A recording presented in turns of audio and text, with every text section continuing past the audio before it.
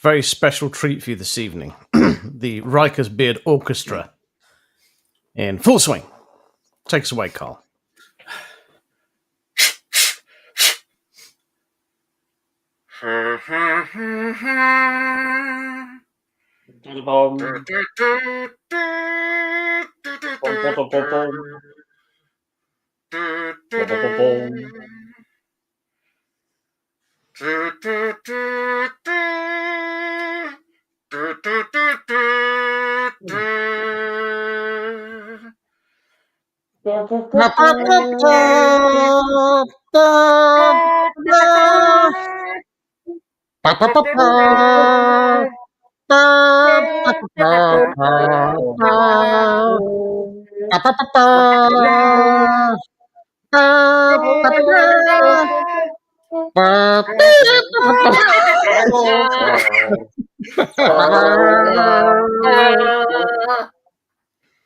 Finish.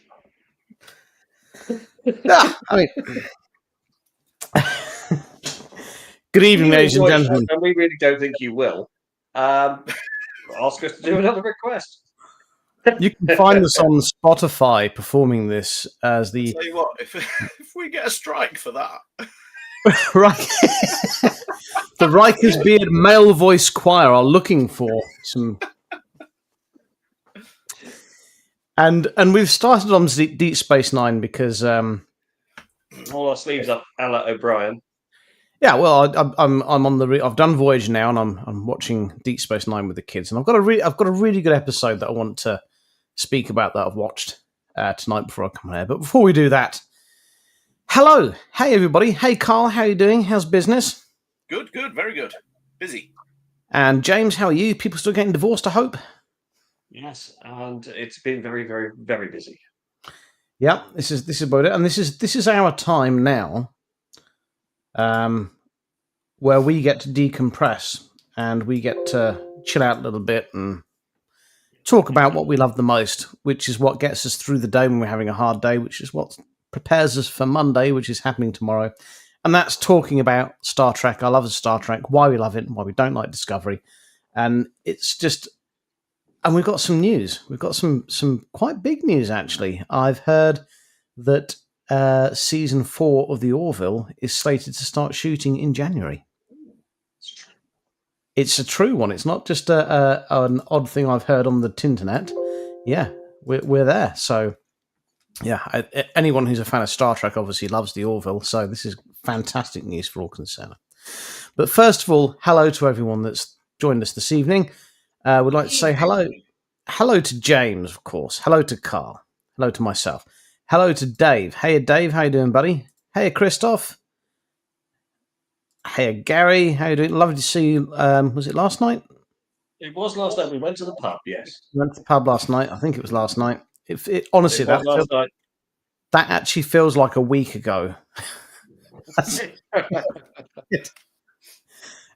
Good evening, Alan. I hope you had a safe trip home from the United States. Good evening, Sam. How you doing, buddy? If that is your real name. Good evening, Christoph. Well, you didn't enjoy that. What's wrong with you? Hey, Billy. How you doing, buddy? Rashid, how you doing? How did you enjoy the Fantastic Four? James, how you doing, mate? Hey, Mark, how you doing, buddy? There's a couple of people in there who've recently received their Riker's Beard annuals, I think, Richard. Yeah, I've generally been quite touched by the amount of people that have been posting their picture of them holding the annual on social media for their chance to win the original NX version that was signed by everyone in Blackpool. So just to remember, everyone, if you want to win this edition, the signed edition that was signed by the attendees at Blackpool, just post a picture of yourself on social media on the Riker's Beard page or the destination page holding your copy, and this could be yours. And thank you so much for the very kind things people have been messaging me saying about the annual. This is literally the NX version. It's well, let's see if anyone's interested. And it was written in a hurry, so the feedback I've received has been quite touching. So thank you so much to to everyone who's done that. And if you haven't got your copy yet, you've still got another week. Get your copy ordered. Get your picture on social media, and we can hopefully win you the official, the NX version. But next year's one, it's going to be even better. James, I believe, has actually already completed a chapter for it. No, I haven't completed it. I have mapped it out with subheadings and paragraphs and things like that. To me, that's completed. But well, as you know, I get paid by the word, so I try to actually edit it down to a sensible figure. Joe, I'm having this. I think we spoke last week, or possibly the week before, when Tony was on about the crime thriller I'm currently writing. I'm struggling to keep the word count down. Generally, I thought I'd struggle to get it enough words. I'm actually I'm struggling to keep it like 40,000 words or less. It's quite difficult. I think it's because I'm writing about something I know and love. It's about a murder at a Star Trek convention, so it's. But there we are. Is it on the dance floor? No, well, it didn't happen on the dance floor. It happened on the main stage. I don't want to give away too much, especially who done it, because it's a who done it. But I'm at the stage now where I probably should get someone to read it and see if they can work out who has done it, if that makes sense. See if my red herrings are working or not. So I might, if there's any volunteers to pre-read my 30,000 words, probably up to dog shite, then please make yourselves known and I'll bring it over to you. Dave loves the Orville. Now, Dave, which one is Arthur Dent today? Who's got a towel? All of us. All of us. Fantastic Four was brilliant. I've heard good things about it. I'm looking forward to watching it. Rashid I'm confused.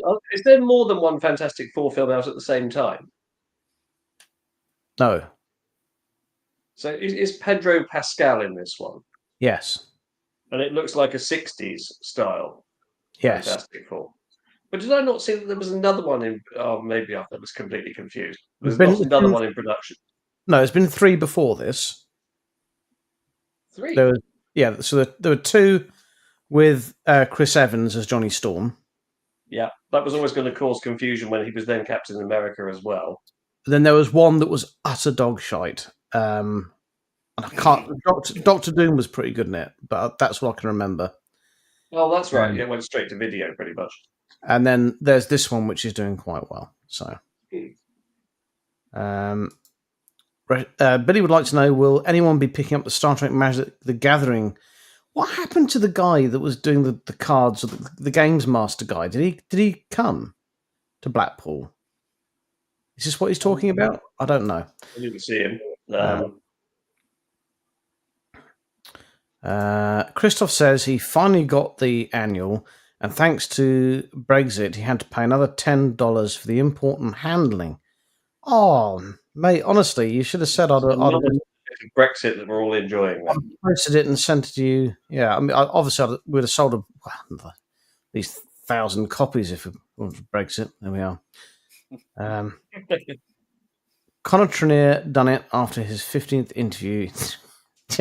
Joe, one of my favourite things at Blackpool when he was knackered and he was called back up on stage again to do the closing ceremony, and then he had to announce the winner of the scavenger hunt. And he just went, "Congratulations, you've won this goodie bag and a brand new car." It was absolute magic. It was absolutely brilliant. Oh, the look on Joiner's face. Read it. One of it, genuinely, it's my first book. It's not going to be very good, so thank you. Alan's happy to read it as well. Oh, that's again, it's not going to be very good, so thank you for that. That's very kind. We'll be heading your way. There has been 3 fantastic. I'm too tired to. Yeah, there's been 4 3 previous Fantastic Four movies. There's 4 Fantastic Four movies, including the new one. Yes, yeah, okay. So there's the 3 with 2 with Ewan Grufford and Chris Evans in, and then there's the weird one that came out 2 or 3 years ago that was slated, and then there's this one. Oh, right. Oh, and Sam says that the Fantastic Four, the latest one, was terrible. I'm inclined to agree with you, and I haven't seen it. And I'm basing that on the fact that I genuinely quite enjoyed the first two Fantastic Four movies because they were very separate from the Marvel universe, and they had their own kind of fun bit to do, which the Fantastic Four always had been. Marvel universe, they weren't they? Because it was all before Captain America and the Hulk and everything. They were like early 2000s. But when you read the comics, the Fantastic Four is always kind of set a bit apart from everything else. That it's just kind of like an unspoken thing. It's happening at the same time, but almost in a different parallel universe, even though it's not acknowledged. And I've watched, and they've tried from the adverts. They've tried to do that with this one, and I've not enjoyed the acting. I don't particularly like Pedro Pascal, but I will watch it, and we'll see what I make of it. They're out Star Trek theme Magic the Gathering cards. All that. So Magic the Gathering is a role-playing game. What is it? It's not a role-playing game. It's a card game. Think of like a really complicated top trumps. That is, if correct me if I'm wrong. Anyone who plays it, yeah, it's really complicated top trumps is what I gather it is. Hey, Aaliyah, how are you? Evening.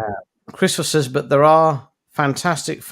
Oh no, I really am too tired. Don't do that. Not now, no. Yeah, another one saying didn't like it. Yeah, okay.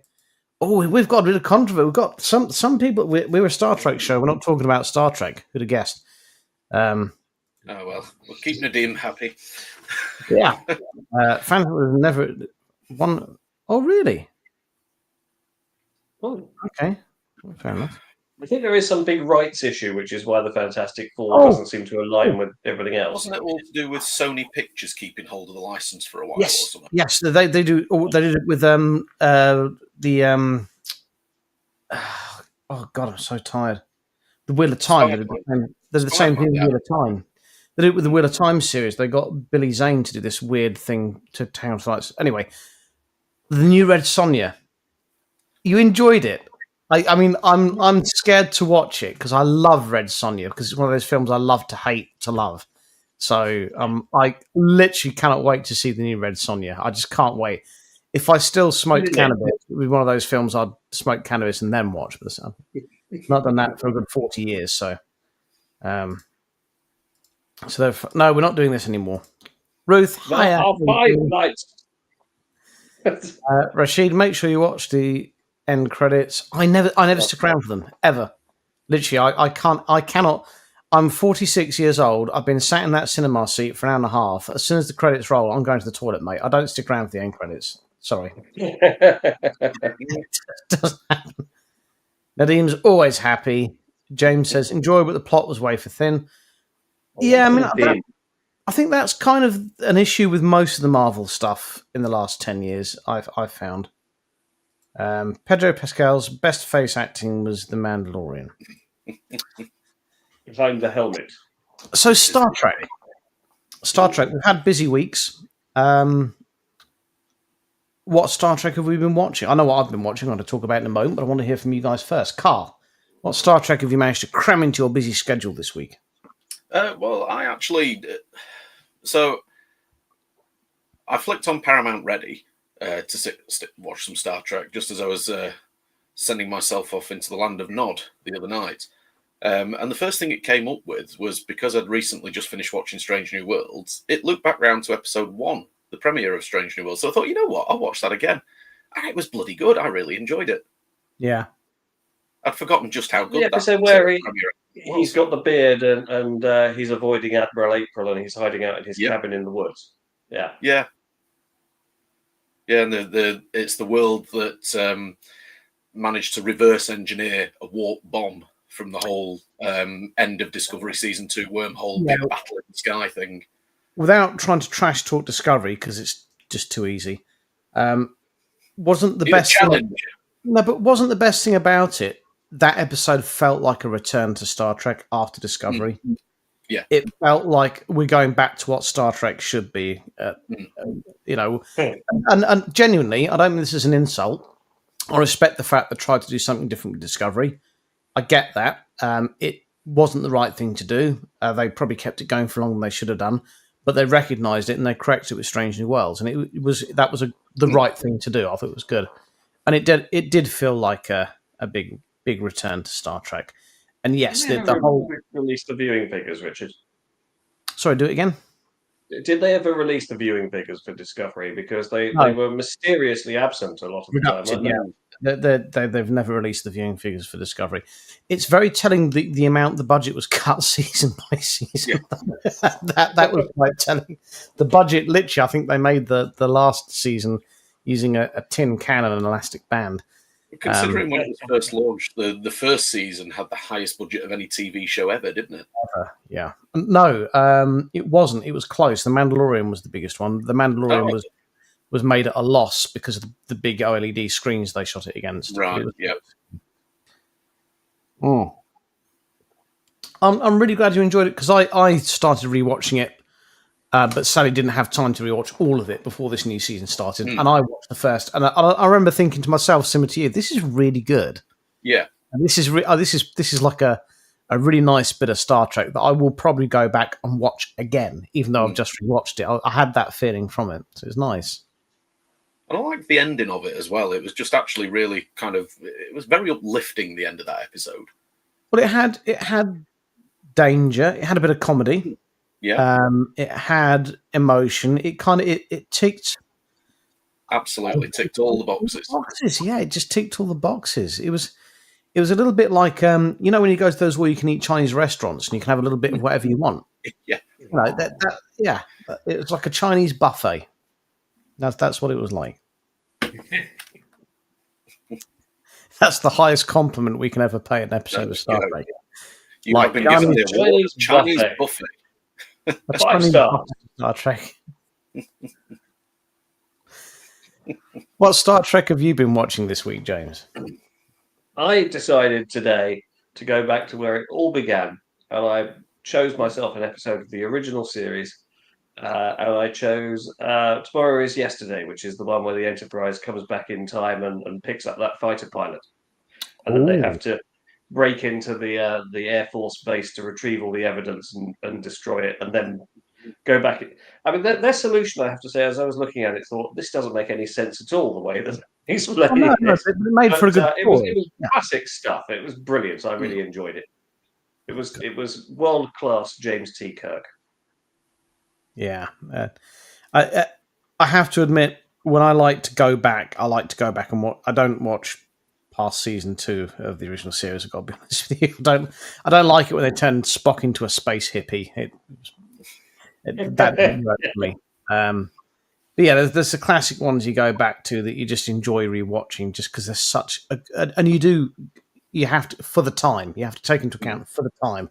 What a brilliant idea! What a fantastic, well written episode, and that's kind of leads me on to what I've been watching. So I just watched Paradise Lost, concluded that 2-parter.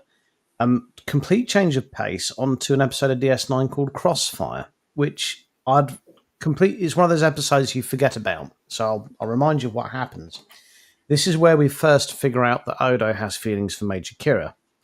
And First Minister Shakar arrives on the station, and Odo's security, so he has to basically walk around behind them, watching them fall in love, and can't say anything or can't do anything about it. And it struck me as one of these very unique episodes of Star Trek. So we had little to no action at all. There was a phaser wasn't fired, a torpedo wasn't fired. And we had the main character who was the episode was centered around him wearing so much makeup he couldn't actually do an expression on his face. So, and in a very emotive episode with no action at all, we just had to have him convey his feelings without actually being able to form an expression on his face, just with his voice. And yes, it's lovely. You get the bit where Quark actually helps him out, and then he helps him out. And this is the first episode where you realise that Quark and Odo aren't actually enemies, really they're friends. That's the first kind of episode you figure that out. But I thought, wow, not just what a wonderful performance from Ronnie Obianis, how well written that was. like to keep you engaged for 45 minutes in an episode of Star Trek where, there's not really that much, there's no space battles, there's no great special effects, there's no fighting, there's no big drama. It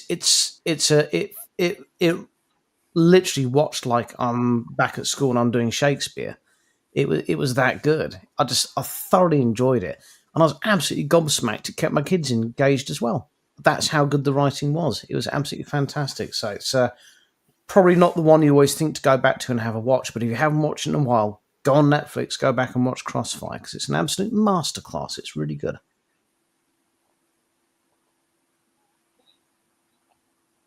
Not hearing many hears. So let's go back into the comments. Rashid said he had a Chinese buffet today. You bastard! I could go for a.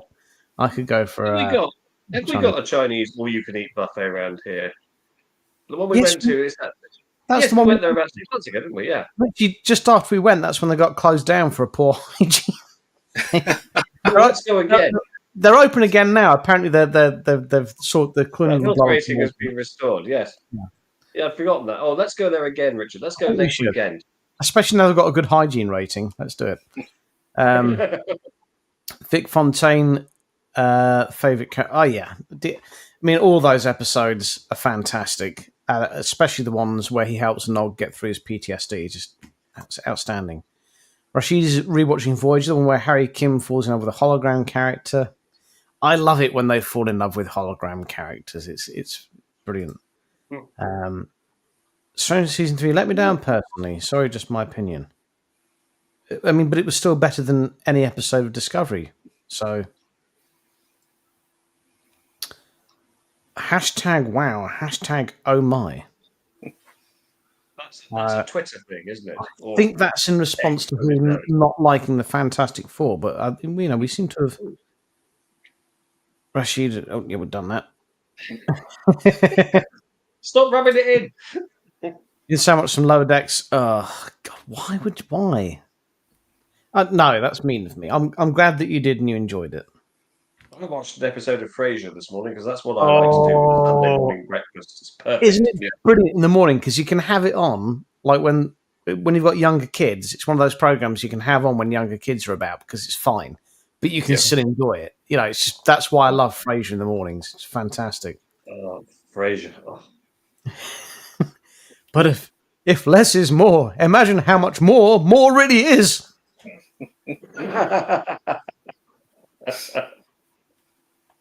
Absolutely love him. Dave watched In the Pale Moonlight on Friday night. That no doubt because you enjoyed our session at Blackpool so much you had to watch that again. Yeah, can you live with it though? Lee says, has anyone listened to the Khan series? No, I've heard about it. Yeah, I've heard about this is an audiobook series or podcast series about Khan and SETI Alpha 5. You thought this was SETI Alpha 6. But no, I haven't done. I probably will get around to it, but I've got to finish a Warhammer one, then I've got Tony's new one to finish. And I'm finding it really hard to find time to read at the moment because I'm writing. So when I finish this book, I'll get around to it.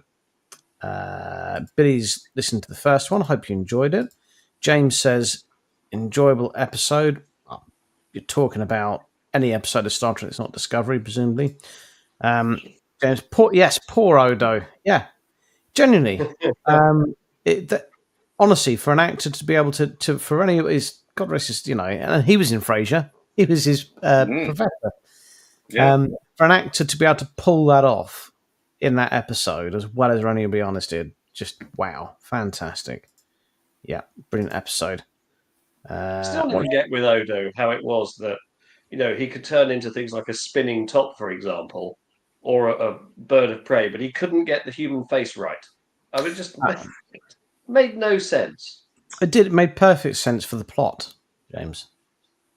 Well, I know. Yes, don't let. Whatever. There could be Romulans, Klingons, they could be absolutely anybody. Well, the other shapeshifters could. Odo couldn't. Although there was that time.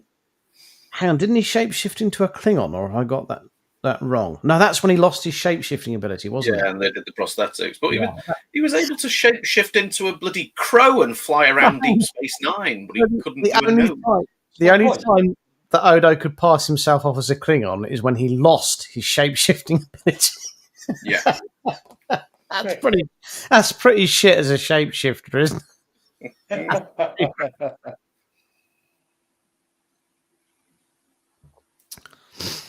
I suppose it sort of made sense because when he met all the other changelings, they all looked like him, didn't they? So that was just the resting face for a humanoid changeling, and he couldn't seem to get past that. The generic. If you like, I can do an impression for you. I'm renowned. Oh yes, please. So, what famous line would you like me to do? Of I think you know the one I've got to do. Admiral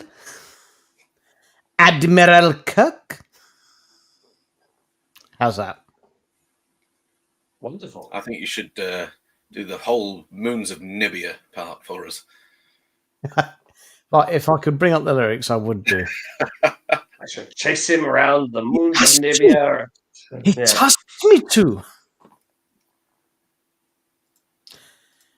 Sam says some of the best episodes have little action at all. Measure of a Man. Yeah, Measure of the Man is fantastic. And the drum. Yes, that was it. Measure of a Mana Mana. The script, Richard. I happen to have one here you can read out, you know. Oh, yeah. Oh. Definitely. Who's signed that, Carl? Oh, crikey. We've got William Shatner, George Takei, Michelle Nichols. Adam and Tublin? No. Oh, the director, Nicholas Meyer.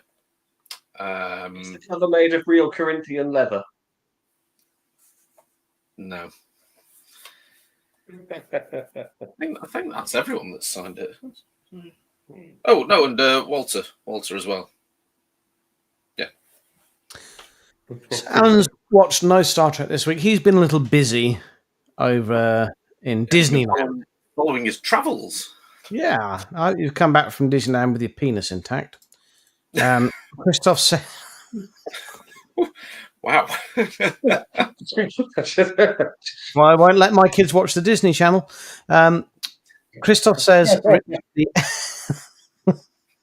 The at means I'm reacting to a specific comment by someone. Well, fuck off and talk to them on their show, right?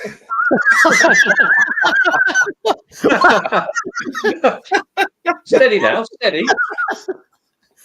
Rashid says, give Discovery a break. It was already broken, Rashid. I genuinely, same with Lower Decks, same with Discovery. I like that other people like it. No, I'm always going to. I like Lower Decks. I know you do, and you don't mind being wrong either. Prodigy, that was very up and down for me, very hit and miss. That, like, some of it I liked, some of it I didn't like. I think overall, I'd say it wasn't absolutely awful. And over the years, I've come to think of it as a series of Star Trek that I have watched. Seen. Yeah. Pleased you enjoyed it. Guilty. What? You haven't got your penis. Oh dear. Did you see Walt Disney's Frozen Head while you were there, Alan? They didn't keep his head. So this is you're referring to this rumor it's an urban myth, isn't it? Yeah, yes, it's cryogenically frozen. He's cryogenically frozen, and it got thawed out. They unplugged him. Is it? Well, they reckon they unplugged him by accident, and like all his brains leaked out of his ear. Sounds like some sort of no. I believe it said that the first cryogenic freezings didn't take place until several years after Walt passed. So he was literally just in the ice cream freezer. So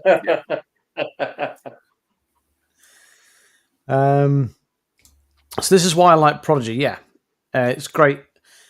It's great to get kids into Star Trek. I think we talked about this a couple of weeks ago or last week, and that's it. Do you want to get your kids into Star Trek, or do you want to wait until they're old enough to appreciate Star Trek? It's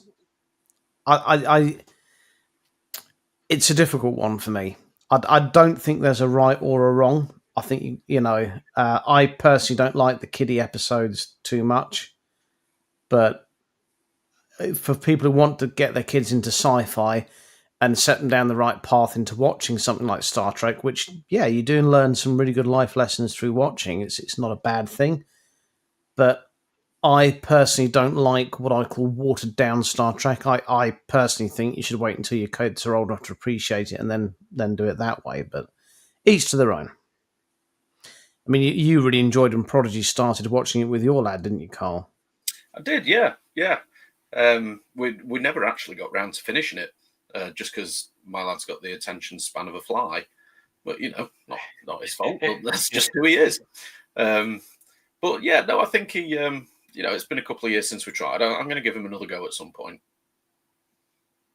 With Prodigy, or? Yes, yeah, with Prodigy, yeah. I mean, Rubber Ducks coming out. For my kids, I always stuck with. I thought Voyager was the best one to introduce them to Star Trek, mainly because of Neelix's character. If I'm honest with you, and Neelix is still my little girl's favourite character. So, but got them into it, and no doubt in my mind at all that 7 and 9 got my lad into it. None whatsoever. Sam says all the other birds of prey probably That's the thing, isn't it? Yeah, whatever species. Both seasons were brilliant. Prodigy had three seasons. The third one did drag a lot. It's very Chakotay heavy. And the end of season 2 was really weird because they ran out of money for some of the animation shots in the final episode. And it looked very dodgy. Was that the case where people were missing legs and things? Right, we have a Steve Guttenberg update. Oh, yes, Steve Guttenberg, yes. Good evening, gentlemen. I failed in my mission to meet Steve Guttenberg at his Comic-Con and persuaded him to audition to Starfleet Academy. Poor was Wesley, the reason I was going, cancelled, and I'm simply not that good. So, luckily, Wesley.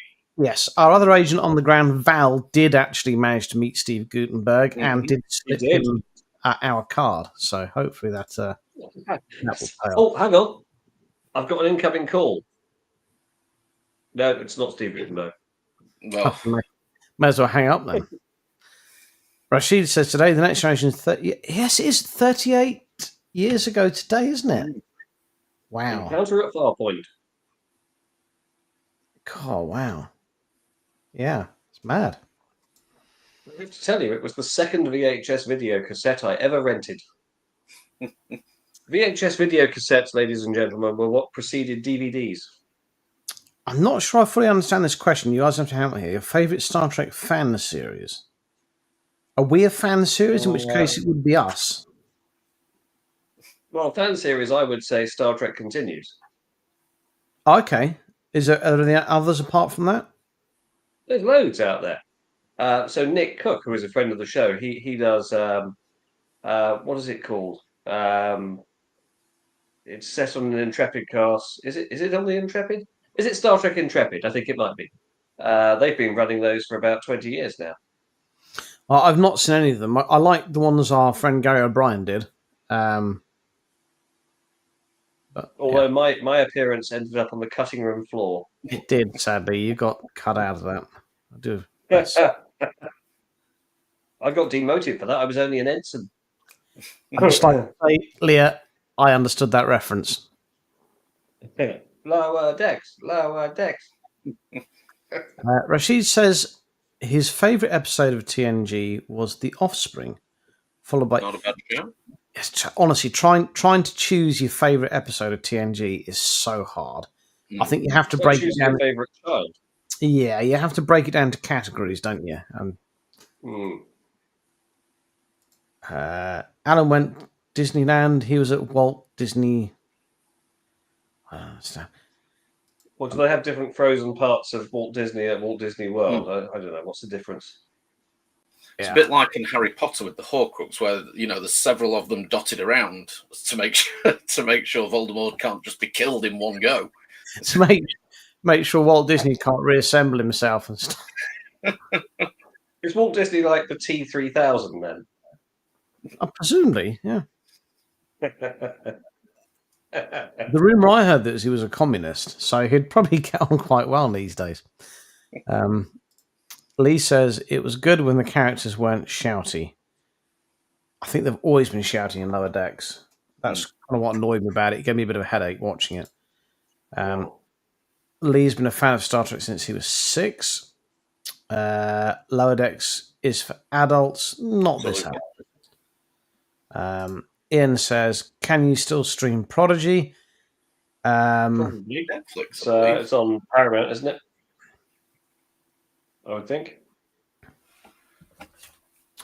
So Ruth says she was 5 when she started watching Star Trek with her dad. So this is one of the few things when I was growing up, I had very little in common with my father at all. But one of the things I do remember, one of my earliest memories is watching Star Trek with my dad and kind of hiding behind the sofa for the Monster of the Week episodes. And you can read about this in the annual, but it genuinely it's a family bonding experience. It's absolutely superb. 6 o'clock BBC 2 on a Thursday. Wednesday. Thursday when I was watching it with my granddad. Ian, love the Rhodes gentleman. Robes. The law, robes. He means robes. Their statement is Comic Con. Lovely. Fantastic. Did you win a prize, Ruth? I think I saw that you won a prize in the cosplay competition. And more importantly, did you go and see Steve Guttenberg? The first VHS tape you rented. What was the first VHS? I don't know if I... Oh, I do know the first VHS tape because I was 14. I managed to get my own card, and I remember the video store I rented it from. But the question was to you, James. What was the first VHS tape you rented? I'll tell you the first one. So the second one was Encounter at Farpoint. The first one was The Voyage Home. Oh, it's double Star Trek. So disappointingly, the first video player we had in our house didn't work properly, and I remember I could hear the soundtrack, but I couldn't see the picture of The Voyage Home. And, we had to send it back and get a new one, and then I was able to watch Encounter at Farpoint. So that was the first VHS I actually got to watch. So you got really confused then, didn't you, when you put the videotape in to watch Star Trek 4, and all you could hear was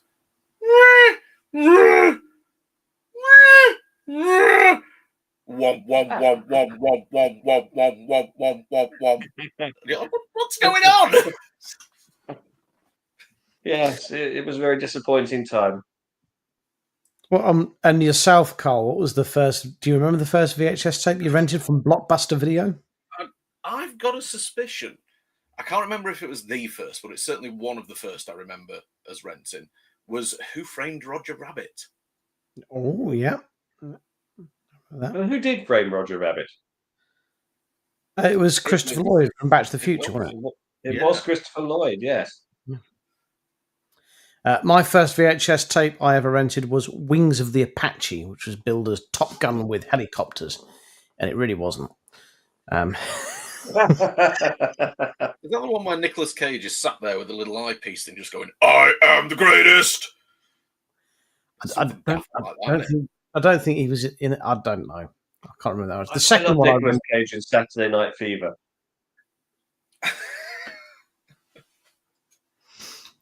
Lee says the Holy Core. Yes, that was our friend. That was Gary's. Well, it was 2 episodes, so it was effectively. That's one where you ended up in the cutting room floor, wasn't it, James? Your scene was deleted. My scene was deleted, but I got to spend a whole weekend in Oxfordshire watching a professional film outfit working. It was wonderful. I had such a great time. James says Lower Decks. Lower Desks, he says. Darmak and Tapestry. Oh, Tapestry is probably my most rewatched episode of TNG. I've got to be honest. I think that's probably the one I've rewatched the most. Wouldn't say it's my favourite. It wasn't it? Because it didn't have Q in the name, and none of us expected it was going to be a Q episode when it came out. Yeah. TNG is easy ninth degree. It's lovely how so many people specify so many different episodes as their favourite episode. That for me shows how high the bar was, for the whole. Yesterday's Enterprise. Oh, I don't know. I don't know if I'd want to see a series of it. I genuinely don't know. Would it be pre-Yar or post-Yar? I think it'd have to be post-Yar if they were going to do a series. They'd have to have it. It can't be, can it? Because the Enterprise C was destroyed. They'd have it rattle off. They'd have it. She'd survive it, obviously, and it'd rattle off, and you'd see how she would have lived her life. That's. Let's see. Dave says the first VHS rented was Thundercats. Thundercats. Ruth says my favourite tune with Inner Light. No. Why? No, Ruth. No. Oh, come on. It's a masterclass by Sir Patrick. It is, and it could be worse. She could have said Sub Rosa. So you're stuck on a desert island and you've got to watch one episode of Star Trek over and over and over and over until you die. And you've got a choice between Code of Honor and Inner Light. What's it going to be?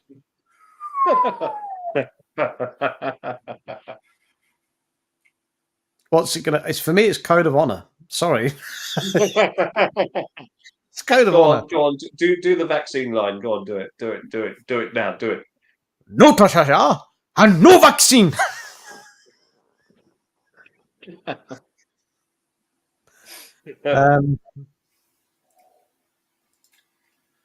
Outstanding. Good ironing, mate.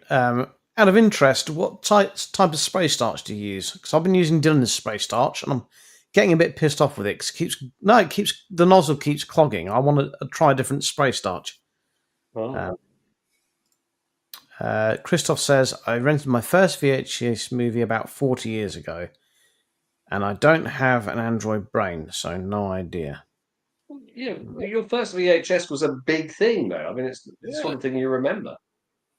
But for me, it was getting the card. You had to be 14 to have the card at the video store. You couldn't get one otherwise. 14. Came third. Well done, Ruth. Splendid work. Oh. And Thundercats was my favourite cartoon during childhood. I bought the entire box series from Amazon. I think a Thundercats movie's well overdue. Hasn't it been remade recently? Was there a CGI version of it? I don't know. I hope so. Lee says, unfortunately, because of the language discovery and Picard are not. Yeah. Well, there's a bit of blue language in there. This was. I remember Discovery was the first one to do it, wasn't it? To put a bad word in, and I remember it being quite a hot topic. Yeah. Of conversation at the time because Star Trek was always back in the day in the United Kingdom. If you had Sky, they would show the same episode of Star Trek twice a day because you could have it on at lunchtime and you could have it on in the evening. It didn't matter, and it made it background viewing for anyone. A bit like we were talking about earlier with Frasier in the morning. You could have it on at any time. And yeah, because they decided to do that, they did kind of spoil it with the language. Personally, I don't think adding the language in added anything to the gravitas at all. If anything, I felt it detracted away from it, and I felt it was uncalled for. And I thought that, there was absolutely no need for it whatsoever. I thought I was watching it as a Star Trek fan already, if I'm honest with you, not liking Discovery, thinking, they found a new way to sink lower. For the first time it was in Generations, wasn't it, with Data? That was shit. Yeah, but that's a film. That's a movie. That's maybe maybe gets a bit different. But in Discovery, it was. Discovery was struggling to convince the fan base at the time. So to go and do that was just showed how monumentally they were ignoring the fan base. It was. Isn't today also a Discovery anniversary? Not that it matters. Is it? Is it 8 years since it came out? Date got cancelled? No.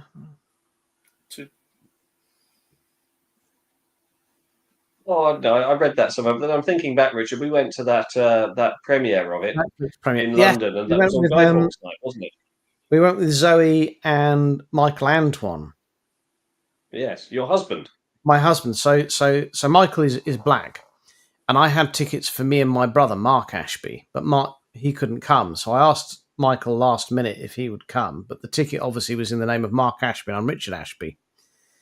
And I said, in the best will in the world, we're going to struggle to get away with this. So I put my arm out, he put his arm in mine, and we pretended we were a married couple. We got away with it, and there was a free bar. Yeah. Dave says, me too. I have the DVD box sets. I think we're talking about Cathana Cat still.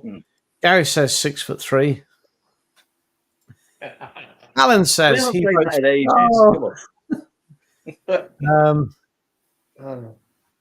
Keith says my favourite episode, the Defector. So that's, I believe that's the. Isn't that a DS9 episode? Yeah, I'm thinking of Lower Deck. No, it's not. No, isn't it? It's one of the ones with Tomalok in, isn't it? Oh yeah. So the admiral who claims he's a low-ranking lieutenant or something, and he's been fed false intel, so they could root him out. Yeah, it was all a big ruse just to, see if he was going to be loyal to the Empire. Ruth says, "Inner Light, sorry, you don't have to apologise. It's fine. Someone's got to watch it." I've made the recycling flute from Inner Light as a dress. That's Picard's flute.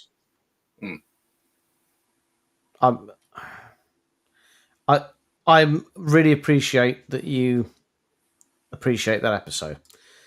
Yes. Do we remember that in that episode when he plays the flute, it's not Patrick Stewart's hands, and that someone stood in front of him to play the flute?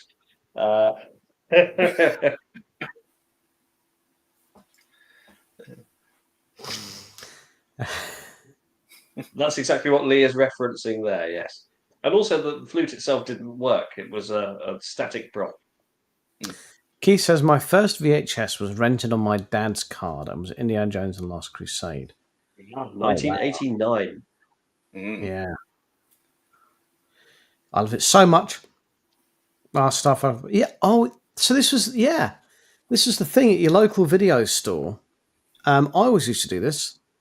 Like any cardboard props, stands, posters, they just throw them away. And as you had to kind of get it right.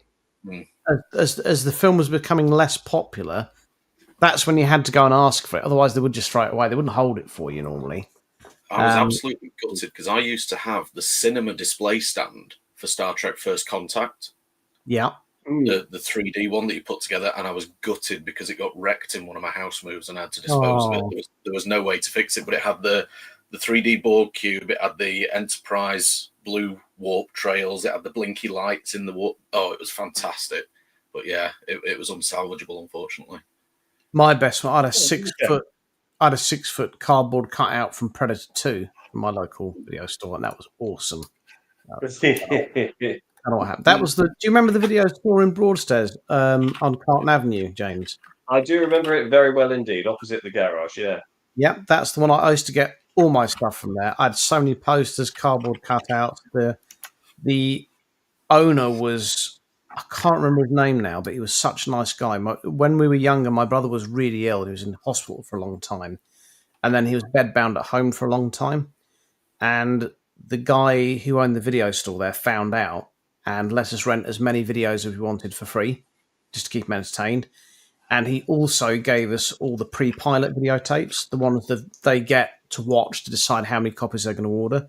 So we got all the advanced copies of all the films coming out as well. He was such a nice guy. I wish I could remember his name. He was a real gentleman. Lee says, "No, Kirk, you Klingon bastards." First swearing reference. Oh, yes, that's in the Search for Spock, isn't it? Mm. You killed my son.